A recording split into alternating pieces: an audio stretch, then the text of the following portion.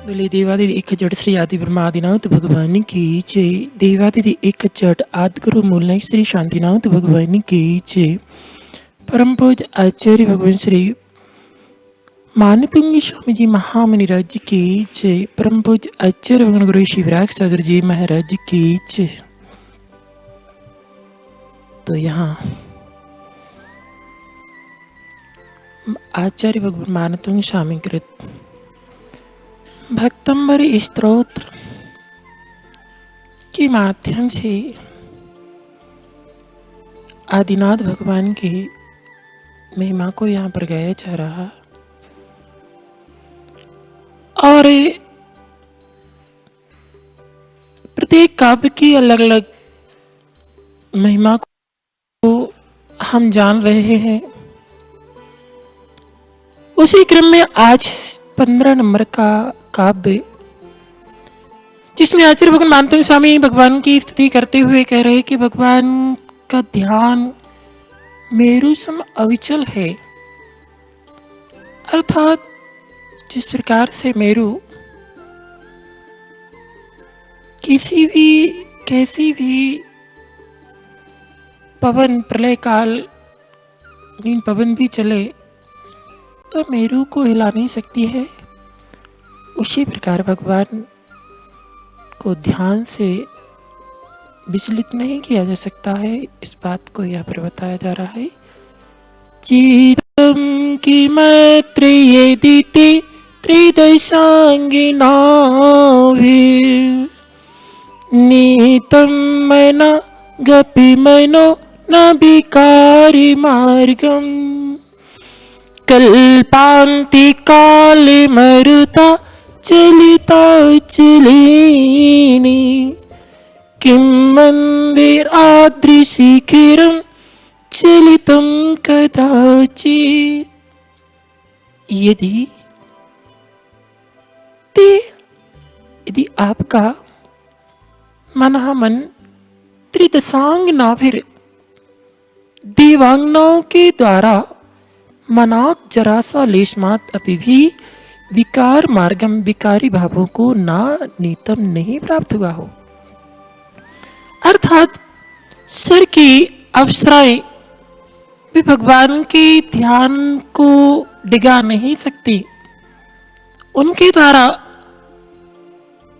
इतना हाव भाव पुरुषार्थ करने पर भी भगवान के अंदर में क्षणिक मात्र भी विकार को उत्पन्न नहीं कर सकते, तो नहीं प्राप्त हुआ हो यत्र उसमें चित्रम की किम आश्चर्य क्या है।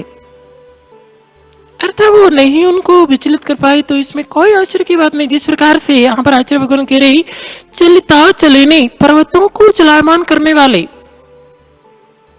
कल्पांत काल प्रलय काल की मरुता पवन से वायु के द्वारा किम क्या कदाचित कभी मंदरादि शिखरम सुमेरु पर्वत का शिखर चोटी चलितम चलायमान हुआ है, हिलाया गया है, अर्थात नहीं हिलाया गया है। जिस प्रकार से ऐसी प्रलय काल भवन बह रही है जो विशाल पर्वतों को भी चलायमान कर देती है, तो क्या उस भवन से सुमेरु पर्वत की चोटी को हिलाया जा सकता है, अर्थात नहीं हिलाया जा सकता है। तो उसी प्रकार हे नाथ, हे जिनेन्द्र भगवान, प्रचंड भवन के द्वारा भी क्या सुमेरु पर्वत को हिलाया जा सकता है, अर्थात नहीं हिलाया जा सकता। उसी प्रकार से आपको देवांगनाओं के द्वारा चलायमान नहीं किया जा सकता है। आपकी शक्ति अतुल है, अनंत शक्ति के धारे है। भगवान में इतनी सामर्थ्य है, तुरंत जन्मे हुए बालक में वो सामर्थ्य है कि वो अपनी चिंगरी के माध्यम से भी 3 लोक को पलट सकते हैं। इतने अनंत अतुल शक्ति के धारी जिनेन्द्र भगवान हुआ करते हैं। उनकी एकाग्रता, भावों की स्थिरता इतनी अचल होती है कि जिसको देवांगना ही क्या, कोई 3 लोकों की शक्ति भी नहीं कि जिनको मन में विकार या उनको किसी प्रकार से विचलित कर सकती है। इस काव्य की आराधना करने से सम्मान सौभाग्य संवर्धक अर्थात वह जीव सम्मान और सौभाग्य को प्राप्त होता है। इसके रिद्धि मंत्र का जाप है ओम ह्रीम अरहम नमो दुष्पुपीड़म अर्थात ऐसे रिद्धिधारी मिलराज जिन्हें 10 पूर्व का ज्ञान है उन्हें मेरा नमस्कार हो। अब आगे आचार्य भगवान 16 नंबर के काव्य के द्वारा भगवान की स्तुति करते हुए कह रहे हैं, भगवान आप अद्वितीय दीपक हैं। कैसे अद्वितीय दीपक हैं इस बात को यहाँ पर बता रहे हैं। निरिथोमिव तिरपि वर्जित तैल पूरा कृष्णं जगत्त्रयमिदं प्रकटीकरोषि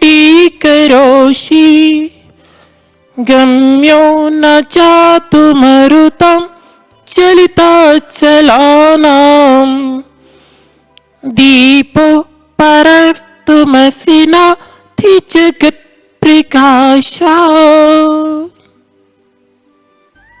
नाथ अर्थात है स्वामी, हे नाथ, तब आप निर्धूमवर्ती धुआं और बाती से रहित, अपवर्जिता तेल पूरा तेल के पूर से रहित हो, फिर भी अर्थात जिसमें ना धुआं है ना बाती है और ना ही जिसमें तेल है, इन सारी स्थितियों से विशेषताओं से रहित हो, फिर भी इदम इसी कृष्णम समस्त जगत्त्रयम तीनों जगत को प्रकटीकरोषि प्रकाशित करते हो।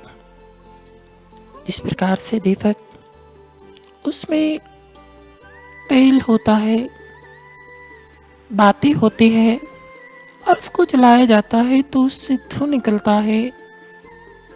वह दीपक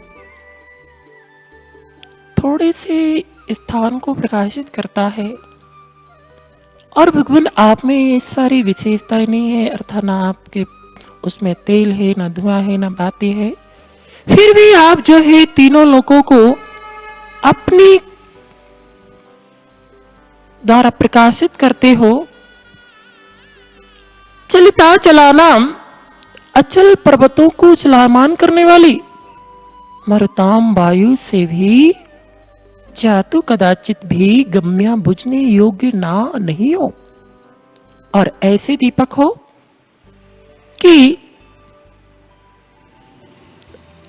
ऐसी वायु जो पर्वतों को भी चलायमान करने वाली है, ऐसी वायु के द्वारा भी आपका जो प्रकाश है, आपका जो तेज है, आपका जो ज्ञान है वो कदाचित भी बुझने योग्य नहीं है। और कैसा है तो जगत प्रकाशा, अर्थात आप जगत प्रकाशक हैं, अर्थात तीनों लोगों को प्रकाशमान करने वाले हैं, अर्थात अपरा अपूर्व दीपा दीपा दीपक ऐसी हो, आप ऐसे अपूर्व दीपक हो, अर्थात हे नाथ तेल वाती धूम से रहित होते हुए भी त्रिलोक को प्रकाशित करने वाले आप अपूर्व दीपक हो, जिसे प्रलय काल की हवाएं भी बुझा नहीं सकती हैं। अर्थात आपका ज्ञान केवल ज्ञान ऐसा दीपक है कि जो लोकालोक को प्रकाशित करने वाला, अर्थात वो लोकालोक के समस्त पदार्थों को, उनकी समस्त क्रियाओं को एक साथ युगपत दर्पण के सामने रखी हुई वस्तु के समान आप उन सबको जानते हो। ऐसे अद्वितीय दीपक हो, अर्थात यह दीपक तो मात्र बाह्य में निश्चित स्थान को प्रकाशित करता है, मगर आप ऐसे दीपक हैं कि आप समस्त लोक को प्रकाशित करने वाले हैं और किसी के द्वारा आप बाधित नहीं होते हैं। इस काव्य का जो रिद्धि मंत्र है उसका जो जाप करता है वह सर्व विघ्न बाधाओं पर विजय प्राप्त कर लेता है अर्थात सर्व विजय को प्राप्त कराने वाला है। इसका रिद्धि मंत्र ओम ह्रीं अर्हं नमो 14 बीड़ाम पुप्पी याड़म अर्थात ऐसे रिद्धिधारी मुनि जिन्हें 14 पूर्व का ज्ञान है उन्हें मेरा नमस्कार हो। इस 16 नंबर काव्य की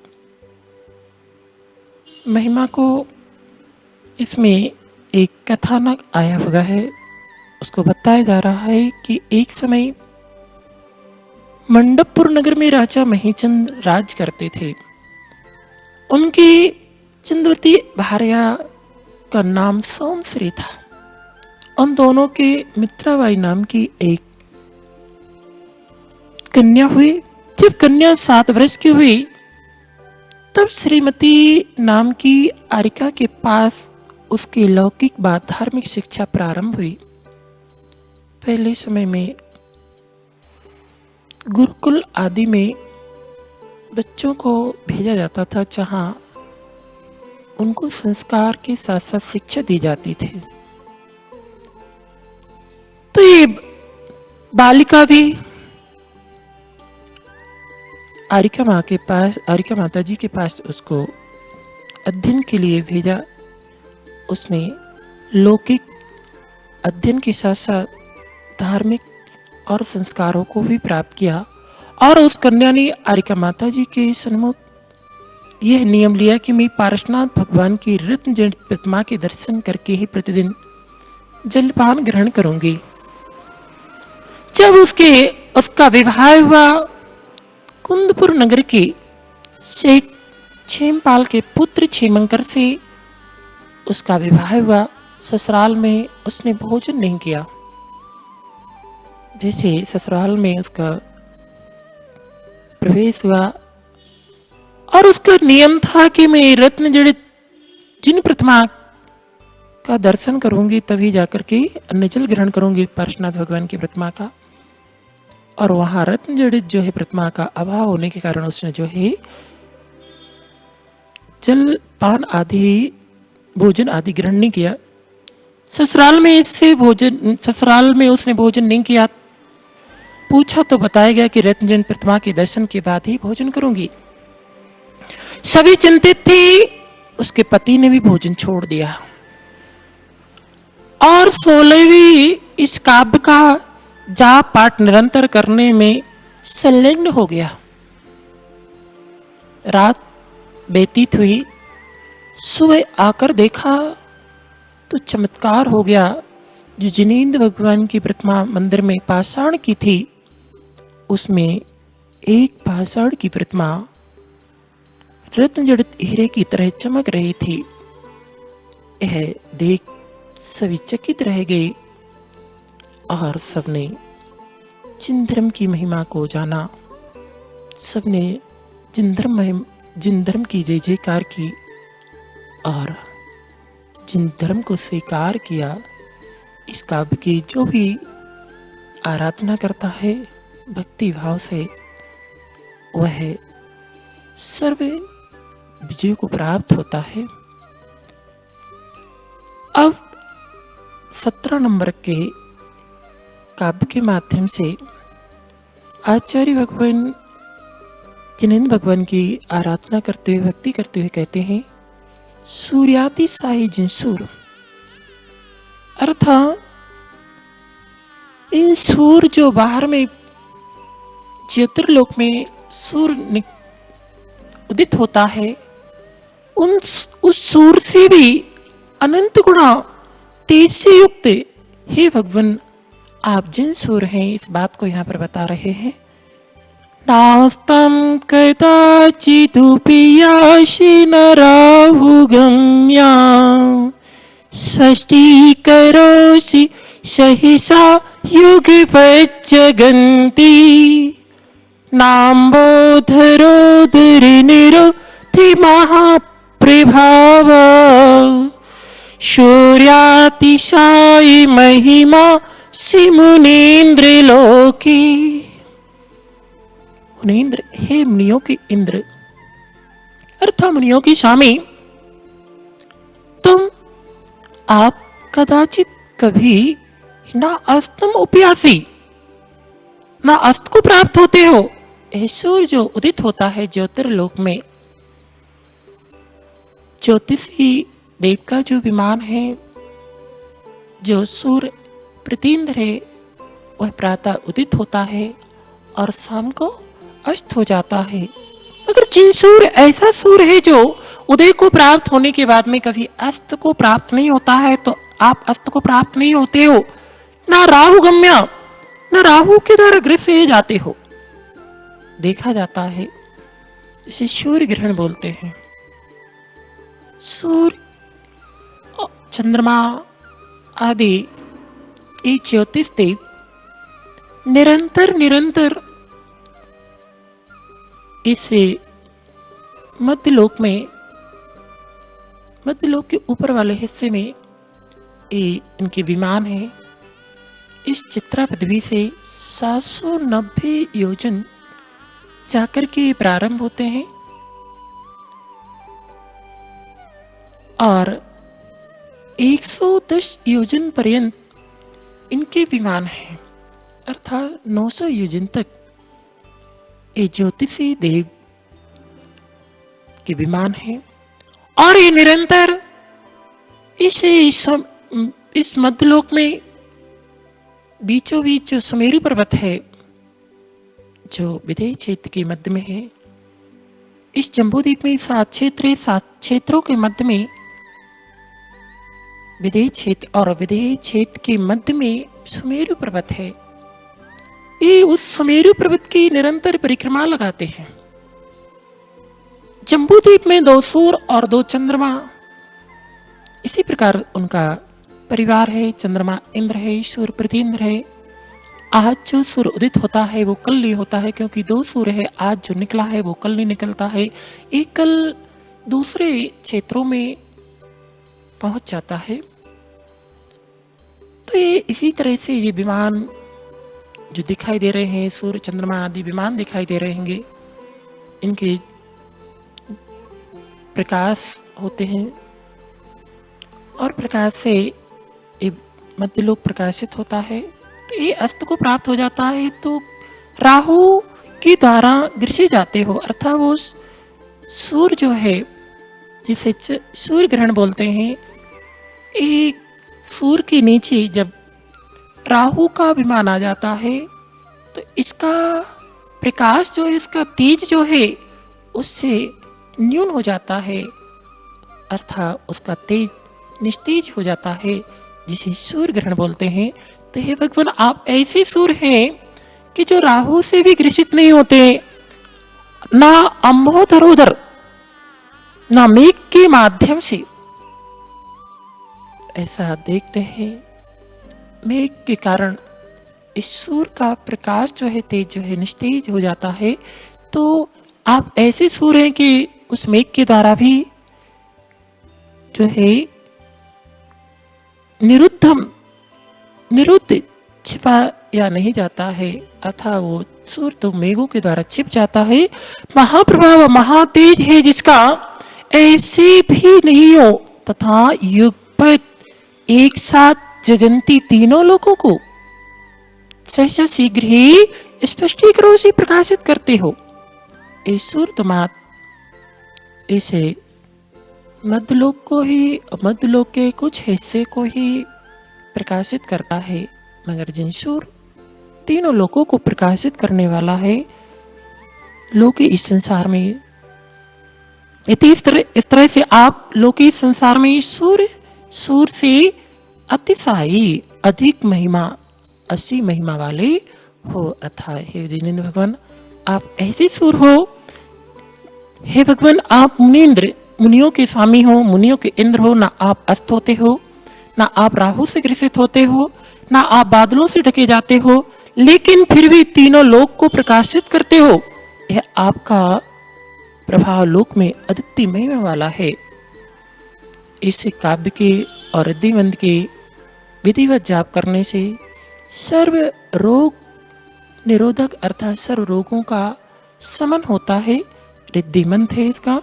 ओम ह्रीम अरहम नमो अठंग महानिमित्त कुशलम अर्थात ऐसे रिद्धिधारी मुनि जिन्हें 8 महिमा महानिमित्तों का श्रेष्ठ ज्ञान है, ऐसे 8 महानिमित्त ज्ञान के धारी मुनिराज के लिए मेरा नमस्कार हो। इसमें एक कथानक आता है कि कुमकुम देश में चक्रेशपुर नाम का नगर था। वहां का राजा नरसिंह और रत्नावती के एक पुत्र हुआ जिसका नाम रत्नशेखर था। वह पुत्र जब यौवनावस्था को प्राप्त हुआ तब उसका विवाह कल्याण श्री नाम की राजकन्या से कर दिया गया। वह शीलवती थी और रत्नशेखर दुराचारी प्रवृत्ति का था। एक बार दोनों में विवाद हुआ धर्म को लेकर के। तब रत्नशेखर ने कहा कि मैं अपने गुरु से पूछूंगा, जैसा वे कहेंगे वैसा सिद्धांत करूंगा। और उसने अपने गुरु जी से पूछा कि जैन धर्म में कुछ सच्चाई है। उसके लौकिक गुरु ने इतना सुनकर अपनी अंगुली से मुद्रिका को निकालकर सामने फेंक दी और कहा, देखो मेरे चमत्कार। इतना कहकर गुरु ने थोड़ा सा मंत्र पढ़ करके फूंक मारी, वो मुद्रिका चलने लगी। इस चमत्कार को देख करके उसने कल्याण श्री के समीप आकर जैन धर्म की निंदा की कि जैन धर्म में कोई मंत्र यंत्र कुछ भी नहीं है। तब कल्याण श्री ने भक्तंबर के 17 नंबर काव्य का स्मरण किया, जिसके प्रभाव से एक गंधारी नाम की देवी प्रकट हुई। तो कल्याण श्री ने सारी बात बताते हुए कहा, ऐसा कोई काम करें, ऐसा कोई उपाय करें जिससे जैन धर्म की महती प्रभाव न हो। तब उस देवी ने एक स्वर्णमय नगर की रचना की, जिसमें बड़े बड़े विशाल जिन मंदिर, जिन प्रतिमा, रत्नमय, जिन बिंब विराजमान किए। उस नगर को बापी, कूप, सरोवर, उद्यान आदि नाना प्रकार की सुंदरता से युक्त कर परिपूर्ण कर दिया, जिसे देख करके सब लोग चकित हो गए। और मिथ्यामती लोगों ने सकल भ्रम को दूर कर जिन धर्म की जय जयकार की उसको धन्य कहने लगे। और उस योगी और रत्नशेखर और अन्य स्त्री पुरुषों ने चक्रेश्वर नरेश को जैन धर्म अंगीकार करवाया और वह देवी अपने स्थान को वापिस चली गई। अर्थात इस काव्य की भक्ति से आराधना करने से जो है जिन धर्म की महिमा इस भूमि पर जो है प्रकाशित देवों के द्वारा करवाई गई, जो भी करता है वह उसकी मनोकामनाएं पूर्ण होती हैं। अब अद्भुत मुख चंद्र, यहां पर आचार्य भगवान कह रहे हैं कि हे भगवान, आपका जो मुख है ऐसा अद्भुत है कि जो लोगों को शीतलता प्रदान करने वाला है। इस बात को यहाँ पर बता रहेंगे। नित्योदयम दलिते मोहि महांधिकारम गम्यम नाराहुवदिन शिनबारिदाना विभ्राजति तविमुखाब्जि मनल्पिकान्ति विद्युतयत् जगति पूर्वी शशांके बिंबम। तब आपका मुखाब्जम अर्थात मुख कमल नित्योदयम सदाकाल उदित रहने वाला है। यह चंद्रमा तो अस्त हो जाता है, उसकी आभा विहीन हो जाती है, मगर जिनिंद भगवान आपका मुख कमल ऐसा है कि जो सदा उदित रहने वाला है, अर्थात कभी निस्तेज नहीं होता है, नित्य रहने वाला है। और दलित नष्ट कर दिया है मोह मोह रूपी महांधकारम, महान अंधकार को जिसने, ये सूर्य और चंद्रमा मानते बाहर में अंधकार को नष्ट करने वाले हैं। भगवान का, जिनेंद्र भगवान का मुख रूपी कमल, मुख रूपी सूर्य जो है अंदर के, जिसके कारण यह जीव आज तक इस संसार में परिभ्रमण करता हुआ दुखों को प्राप्त कर रहा है, वो है मोह, है मिथ्या। तो भगवान के, जिनेंद्र भगवान के दर्शन से, उनका दर्शन करने से, उनकी वीतराग मुद्रा को निहारने से इस जीव के जो अनादि से मोह रूपी अंधकार इसके अंदर में विद्यमान है वह नष्ट हो जाता है। तो नष्ट कर दिया है मोह रूपी अंधकार को जिन्होंने अपनी कांति से, और ना नहीं राहु बदनिशी, राहु के मुख के द्वारा गम्यम समर्थ है, नहीं ग्रसा जाता है।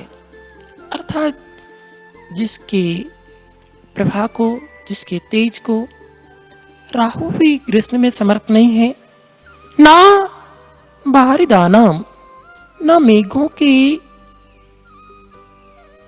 जगत को विद्युत प्रकाशित करता हुआ अपूर्व शशांक बिंबम, अद्वितीय चंद्रबिंब के समान विभ्राजित शोभित होता है।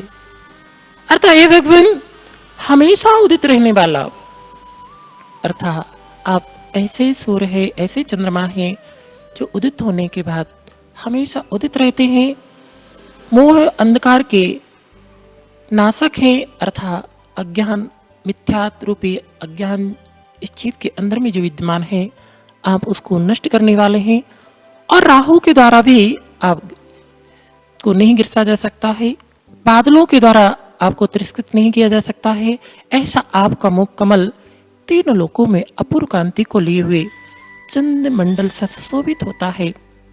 इस काव्य का, रिद्धि मंत्र का विधिवत जाप करने से, आराधना करने से शत्रु सेन स्तंभक, अर्थात शत्रु की सेना को वह पराजित कर देता है, स्तंभित कर देता है। इसका रिद्धि मंत्र है ओम ह्रीम अरमणमो भ्यो वैडिपत्ताड़म। अर्थात ऐसे रिद्धिधारी मुनि जिनको विक्रिया की रिद्धियां प्राप्त हैं, उन्हें मेरा प्रणाम हो। इसमें एक कथानक है, कलिंग देश में बरवर नाम का नगर था। वहां चंद्रकेतु राजा राज करते थे। जब उनके मंत्री सुमति चंद्र का स्वर्गवास हो गया, तब राजा ने उसके पुत्र भद्र कुमार को मंत्री का पद दिया। इस अपूर्व निरक्षर अनपढ़, वह जो है अपूर्व निरक्षर अनपढ़ था, उसने राजा से लज्जित होकर के कहा कि मैं अनपढ़ हूं, इस पद की योग्य नहीं, इससे आपकी भी जगत में हंसी होगी। इतना कहकर वह दरबार से चला गया। चित्त में पढ़ाई की चिंता लग गई और वह एक दिन वह वनवासी सकल दिगंबर मुनिराज के निकट गया, नमस्कार किया और उनके चरणों में बैठकर उसने अपने अंदर की पीड़ा को उनसे प्रकट किया। उन्हें सुना भद्र कुमार ने मुनि के उपदेश से जिन धर्म और श्रावक के व्रतों को अंगीकार किया, मुनिराज ने उसे इस भक्तंबर के 18वें नंबर काव्य को विधि से सिखला दिया। भद्र कुमार ने अन्न जल का त्याग कर 3 दिवस अर्थात 3 दिन तक कठिन तपस्या की और मंत्र की सिद्धि की, अर्थात मंत्र को सिद्ध कर लिया। परिणाम यह हुआ कि वह वज्रा नामक देवी उस मंत्र के प्रभाव से, उस आराधना से प्रकट हुई और कहने लगी, हे बालक, तुमने मुझे क्यों बुलाया? मांगो जो चाहिए। तब वह भद्र कुमार ने उस देवी से विद्या का वर मांगा। वह देवी विद्या वर देकर के निज स्थान को चली गई और भद्र कुमार अपने घर लौट आया। जब जैन धर्म के प्रभाव से केवल ज्ञान रूपी महाविद्या सिद्ध हो सकती है, जिनेंद्र भगवान की आराधना से केवल ज्ञान रूपी विद्या सिद्ध हो सकती है, तो यह शास्त्रीय विद्या बन जाना तो एक साधारण सी उपलब्धि है। इसलिए निकांक्षित भावों के साथ, पूर्ण विशुद्धि और विधि के साथ जो जिन्हें भगवान की आराधना करता है अथवा इस को करता है, इसके रिद्धि बंध की आराधना करता है, वह पूर्ण ज्ञानी हो जाया करता है। ऐसे काव्य की महिमा को जो पढ़े वह अनेक शास्त्रों का ज्ञाता वह जीव भव हो जाया करता है। ओम नमः।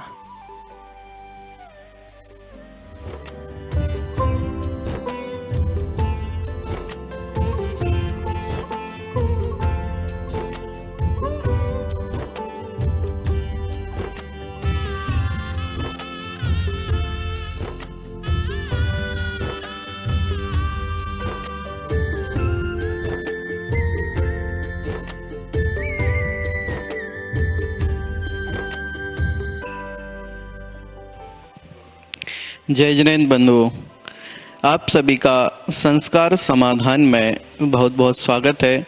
परम पूज मुनि श्री संस्कार सागर जी महाराज के पावन मुखारविंद से हम सभी आज एक बार फिर अपने समस्त समसामयिक विकल्पों का संस्कार समाधान प्राप्त करेंगे। परम पूज मुनि श्री के पावन चरणों में त्रैवार नमोस्तु करते हुए कार्यक्रम को आगे ले जाते हैं, गति प्रदान करते हैं। परम पूज गुरुदेव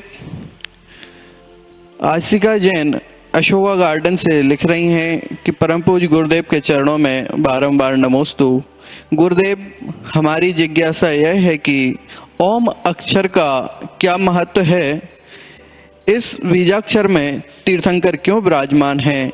कृपया हमारे समसामयिक विकल्प का संस्कार समाधान करने की अनुकंपा करें। नमोस्तु गुरुदेव, नमोस्तु गुरुदेव, नमोस्तु गुरुदेव।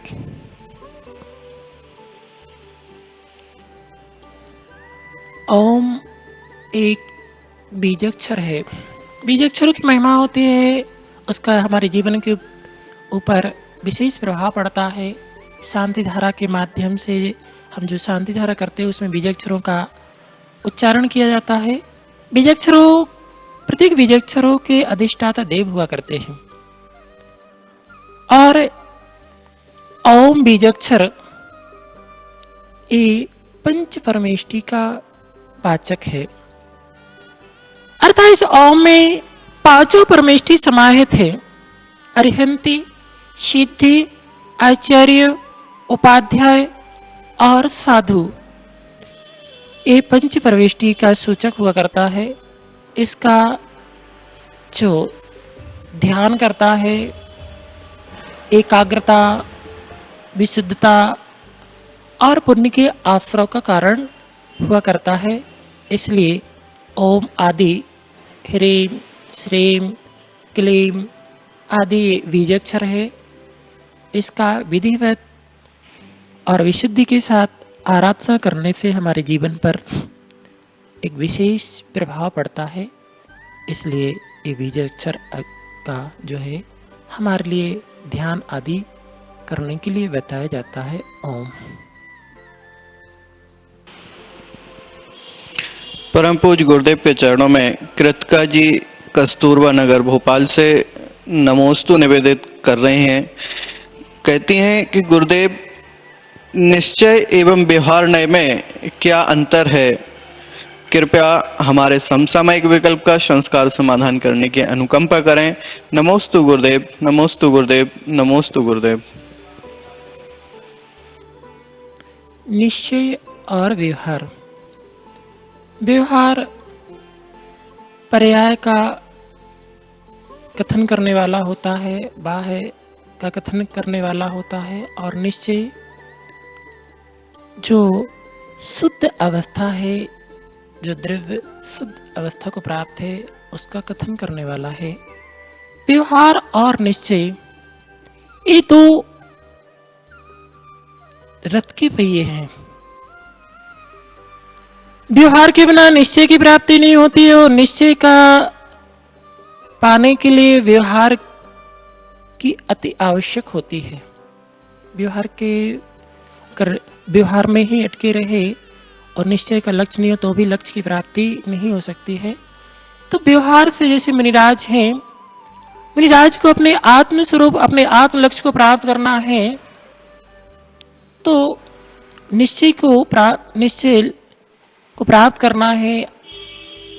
तो व्यवहार से जो उनके 28 मूल गुण हैं, 5 महावृत, 5 समिति, 5 इंद्रिय निरोध, 6 आवश्यक और 7 विशेष गुण, ये मुनिराज के 28 मूल गुण हैं। जब मुनिराज व्यवहार से इन 28 मूल गुण का पालन करेंगे, इसके माध्यम से वह निश्चय आत्म स्वरूप की प्राप्ति होगी। तो व्यवहार उस क्रिया है और निश्चय आत्मा का स्वरूप है। तो व्यवहार क्रिया के माध्यम से, क्योंकि व्यवहार क्रिया नहीं करेंगे तो निश्चय की प्राप्ति नहीं हो सकती है, इसलिए व्यवहार क्रिया भी एक सीमा तक हमारे लिए जो है कार्यकारी है, उपयोगी है और निश्चय प्राप्ति का जो है हमारे लिए कारण है, उपाय है। तो बिना व्यवहार के निश्चय की प्राप्ति नहीं होती है। निश्चय को पाना है, लक्ष्य सम्यक दृष्टि का निश्चय की प्राप्ति का होता है और व्यवहार से ये सब जो हेतु होते हैं, जो कारण होते हैं, उन सब कारणों का जब वह अपने प्रयोग करता है तब जाकर के उस निश्चय की प्राप्ति होती है। उदाहरण के लिए रोटी बनने की क्षमता आटे में है। जब भी रोटी बनेगी आटे से ही बनेगी, मगर आटे से यूं ही रोटी नहीं बन जाएगी। आटे से रोटी बनाने के लिए बाहर निमित्त पानी, चकला, बेलन बनाने वाली माँ, अग्नि, तवा आदि, उसको व्यवहार से ये सब उपयोगी है। इसके बिना वो रोटी नहीं बन सकती है। इस सारे के सारे व्यवहार से पूरे निमित्त मिल जाएंगे तब जाकर के रोटी उस आटे से बनेगी। इसी प्रकार से हमारा लक्ष्य आत्मा की प्राप्ति का है और आत्मा की प्राप्ति में ये व्यवहार से जो व्रत आदि है उनको जब तक वो अंगीकार नहीं करेगा, उनको स्वीकार नहीं करेगा, निरतिचार पालन नहीं करेगा, तब जाकर के उसको जो है आत्मिक लक्ष्य की प्राप्ति नहीं हो सकती। तो व्यवहार कारण है और निश्चय कार्य है। तो कार्य के कारण के माध्यम से ही उपलब्धि होती है। तो दोनों हमारे लिए उपयोगी हैं। व्यवहार के माध्यम से निश्चय की प्राप्ति होती है। ओम। सौरभ जैन इंदौर से लिख रहे हैं, परम पूज्य गुरुदेव के चरणों में बारंबार नमोस्तु। गुरुदेव, भोजन से भावों की विशुद्धि में कैसे फर्क पड़ता है? कृपया हमारे समसामयिक विकल्प का संस्कार समाधान करने की अनुकंपा करें। नमोस्तु गुरुदेव, नमोस्तु गुरुदेव, नमोस्तु गुरुदेव। ये सब लोगों ने सुना होगा, जैसा खाए अन्न वैसा होए मन, जैसा पिए पानी वैसी बोले वाणी। द्रव्य, छेद, काल, भाव आदि का, इन बाह्य निमित्तों का हमारे जीवन के ऊपर बहुत प्रभाव पड़ता है, क्योंकि उनकी जो वर्णनाएं होती है, उनका जो प्रभाव होता है, उससे प्रभाव से वो उसके ऊपर प्रभाव करता है, वो प्रभावित होता है। शुद्ध भोजन करोगे तो भावों में विशुद्धता आएगी, भाव निर्मल होंगे। अशुद्ध भोजन करोगे तो भाव अशुद्ध होंगे। उनमें जो वर्णनाएं होती हैं वो वर्णनाएं हमारे ऊपर प्रभाव करती हैं। इसलिए अपने परिणामों को निर्मल बनाना है, अपने परिणामों को विशुद्ध बनाना है, तो विशुद्ध वर्णाओं वाला भोजन ग्रहण भी करना अनिवार्य है। शुद्ध भोजन करोगे भावों में शुद्धि विशुद्धि आएगी, अशुद्ध भोजन करोगे तो अशुद्धि आएगी। ये बिल्कुल सत्य है। हर चीज का प्रभाव पड़ता है, द्रव्य का पड़ता है, क्षेत्र का पलटता है। एक उदाहरण है क्षेत्र के प्रभाव का। ये तो भोजन द्रव्य हो गया कि जैसा भोजन करोगे वैसा हमारे जीवन में परिणाम होंगे, और वैसे परिणाम होंगे तो वैसी क्रिया होगी, वैसी क्रिया होगी तो उस अनुसार हमारे जीवन की स्थिति बनेगी। चित्त का भी प्रभाव पड़ता है। आता है, सुना है कि जिस समय महाभारत का युद्ध होना था, और महाभारत का युद्ध होना था तो युद्ध के लिए स्थान के चयन करने के लिए उसको ढूंढा गया,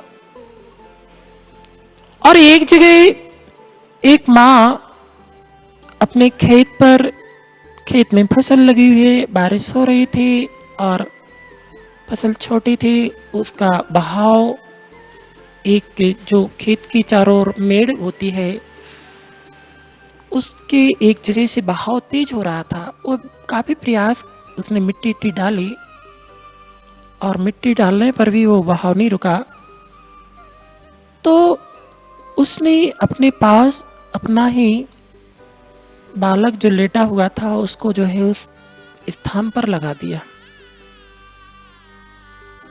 वह जो क्षेत्र का निरीक्षण करने के लिए आया था उसने सारी की सारी घटना चक्र कृष्णारण से की। कृष्णारण ने कहा यहाँ युद्ध हो सकता है, क्योंकि वहां पर ऐसे भाव, उस क्षेत्र का प्रभाव है कि उसके अंदर में ये भाव, दया भाव समाप्त हो गया। उसने अपने कार्य को सिद्ध करने के लिए अपने ही बालक को उसमें लगा दिया। तो यहाँ पर जो है उन दोनों में जो पांडव और कौरव थे, पांडव धर्मात्मा थे, दया भाव से सहित थे, वह जो नहीं चाहते कि इस महाभारत युद्ध के माध्यम से बहुत सारे जीवों की विराधना हो, तो ऐसे ही उस स्थान पर, उस क्षेत्र में गए और उनके भाव परिवर्तन हो गए। मंदिर में आते हैं तो भाव कुछ और होते हैं। अगर कोई ऐसे स्थान में जाते हैं तो जो भोग विलास आदि के स्थान है उसमें जाते हैं तो भाव वैसे हो जाते हैं। तो कहने के मतलब कि जैसा द्रव्य क्षेत्र काल भाव का प्रभाव होता है वैसे हमारे परिणामों में भी परिवर्तन हुआ करता है। तो भोजन जैसा हम करते हैं वैसे हमारे परिणाम होते हैं। इसलिए महाव्रती जो होते हैं शुद्ध मर्यादित भोजन करते हैं, जिससे उनके भावों की विशुद्धि बनती है, और भावों की विशुद्धि बनती है, परिणामों की निर्मलता होती है। परिणामों की निर्मलता होती है तो उपयोग स्थिर होता है। बाह्य विषयों से, बाह्य आदि जो पाप कार्य के आश्रयभूत कार्य है उनसे हमारा उपयोग चेंज होता है, और हम अपने उपयोग को स्थिर करके समीचीन ध्यान आदि के माध्यम से कर्म की निजरा करते हैं। तो हर चीज का हमारे जीवन पर प्रभाव पड़ता है। इसलिए भोजन आदि शुद्ध करेंगे तो भाव, हमारे भावों में भी शुद्धता आ सकती है, और शुद्ध भोजन करते हैं तो भाव अशुद्ध भी होते हैं। इसलिए द्रव्य क्षेत्र काल भाव का सबका हमारे जीवन पर प्रभाव पड़ते हैं। ओम नमः। अंकिता जैन मुंबई से लिख रही हैं, परम पूज्य गुरुदेव के पावन चरणों में त्रैवार नमोस्तु। गुरुदेव, तीर्थंकर भगवान आदिनाथ भगवान की वाणी खिरी थी कि मारीची का जीव अंतिम तीर्थंकर बनेंगे, जबकि मारीची ने तो तीर्थंकर प्रकृति का ना तो बंध किया था, ना ही ऐसा कोई पुरुषार्थ किया था। तो तीर्थंकर भगवान को इतने आगे का कैसे ज्ञात हो जाता है? कृपया हमारे समसामयिक विकल्प का संस्कार समाधान करने की अनुकंपा करें। नमोस्तु गुरुदेव, नमोस्तु गुरुदेव, नमोस्तु गुरुदेव। केवल ज्ञान सर्वदेश प्रत्यक्ष है, अर्थात केवल ज्ञान में लोक और अलोक के, लोक में जो छह द्रव्यों का समुदाय है उसे लोक कहते हैं। जहाँ मात आकाश ही आकाश द्रव्य है उसे अलोकाकाश कहते हैं। केवल ज्ञान अपरिमित है, अर्थात उसकी कोई सीमा नहीं है। संसार में, लोक में जितने भी द्रव्य हैं, उनकी जितनी पर्याय हैं, सबको जानने वाला होता है। एक केवली भगवान की बाड़ी में आया है, उसमें हमारे लिए कोई संशय नहीं। तो ये तो मारीची का जीव जो भगवान आदिनाथ स्वामी का पौत्र भरत चक्रवर्ती का पुत्र था, उसके पर्याय तो सीमित थे, अनंत नहीं थे। तो जब वो केवल ज्ञान अनंत वस्तुओं के अनंत समस्त पर्यायों को जान सकता है, तो क्या मारीची की जो थोड़ी सी पर्याय थी उसको नहीं जान सकता है? तो अपरिमित है केवल ज्ञान।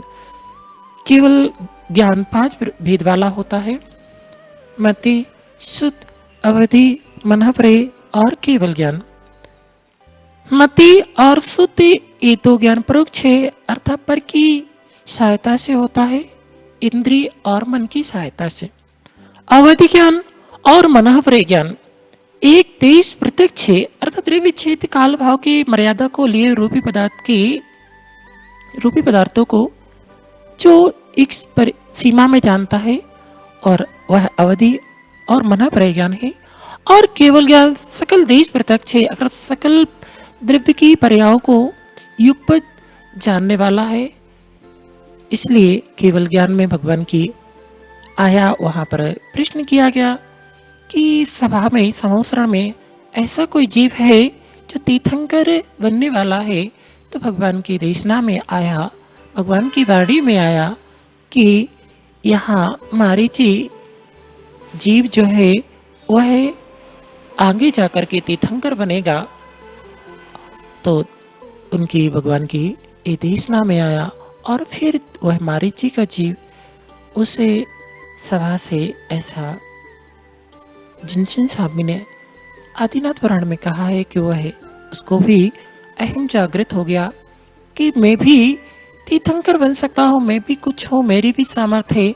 और उसने समोसरण से बाहर निकल करके और अपना को मति ज्ञान का प्रयोग करके 363 मतों का उसने प्रचलन किया, और अनेक पर्यायों में दुखों को प्राप्त करता रहा, भटकता रहा, और अंत में पहले तीर्थंकर आदिनाथ, उसके बाद अंतिम तीर्थंकर महावीर स्वामी के रूप में वह मारीची का जीव उत्पन्न हुआ। तो केवल ज्ञान अपरिमित होता है, वह समस्त द्रव्य की समस्त पर्यायों को एक बार जानने वाला होता है। इसमें कोई किसी प्रकार का संशय नहीं करना चाहिए। जिन बच में शंका ना धर्म।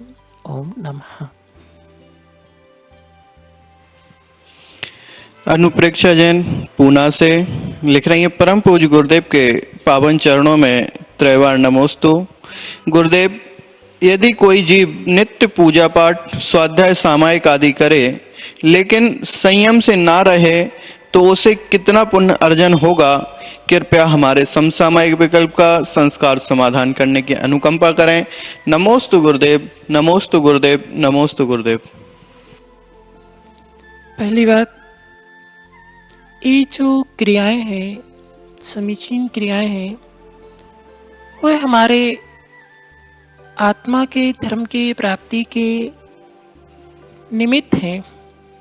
हमारा उद्देश्य होता है कि इन समीचीन क्रियाओं के माध्यम से हमारे आत्मा में, परिणामों में निर्मलता आए, भावों में विशुद्धता बने, और भावों में विशुद्धता बने और भावों में विशुद्धता आएगी तो नियम से वो जो है संयम के मार्ग की ओर बढ़ेगा। फिर भी उसको यही धर्म मान करके वो कर रहा है, इसको ही धर्म मान के उलझा हुआ है, कर रहा है। तो जिन भगवान के उस समीचीन क्रियाएं हैं, पूजा आदि, जिन भगवान ने सट आवश्यक बताए हैं, उससे उतना ही लाभ होगा। अर्थात उसके माध्यम से जो उसका लक्ष्य समीचीन या क्रिया समीचीन है, तो वाचनिक और कायिक पुरुषार्थ उसका जो है समीचीन है, तो उससे सांसारिक सुखों की, इंद्रिय सुखों की, उसको भोगों की उसको प्राप्ति, अर्थात ऐसा पुण्य का संचय करेगा कि जो उसको बाह्य इंद्रिय भोग जो है सुलभता से प्राप्त करा सकता है। और वो है कुछ समय उनको पा करके भोगों में लग करके पुनः कर्म का बंध करके संसार में ही ऐसे ही भटकता रहेगा।